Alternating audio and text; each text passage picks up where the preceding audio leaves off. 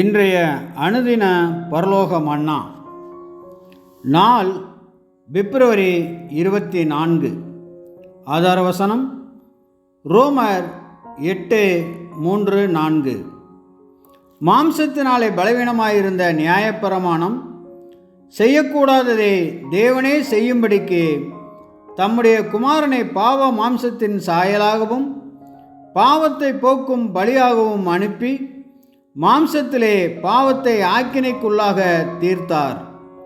மாம்சத்தின்படி நடவாமல் ஆவியின்படி நடக்கிற நம்மிடத்தில் நியாயப்பிரமாணத்தின் நீதி நிறைவேறும்படிக்கே அப்படி செய்தார்.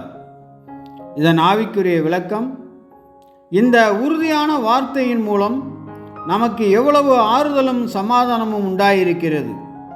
இந்த வார்த்தைகள் ஜீவனுக்கேற்றவைகள். இவை நம்மில் நம்பிக்கையை உண்டு பண்ணுகிறது.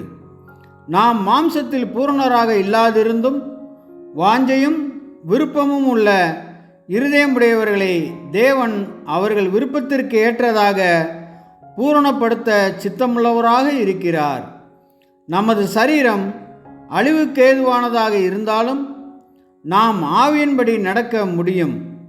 நாம் ஆவியின் தேவைக்கேற்றபடி நடக்க முடியாவிட்டாலும் நம் சிந்தனைகள் ஆவிக்குரியதை சிந்தித்து நடக்க முடியும். நம் எண்ணங்களும் பூரணமானதாக இருக்கும்போது இப்படிப்பட்ட ஆத்துமாக்களை பூரணப்படுத்த தேவன் சித்தமுள்ளவராக இருக்கிறார். ஆமென்.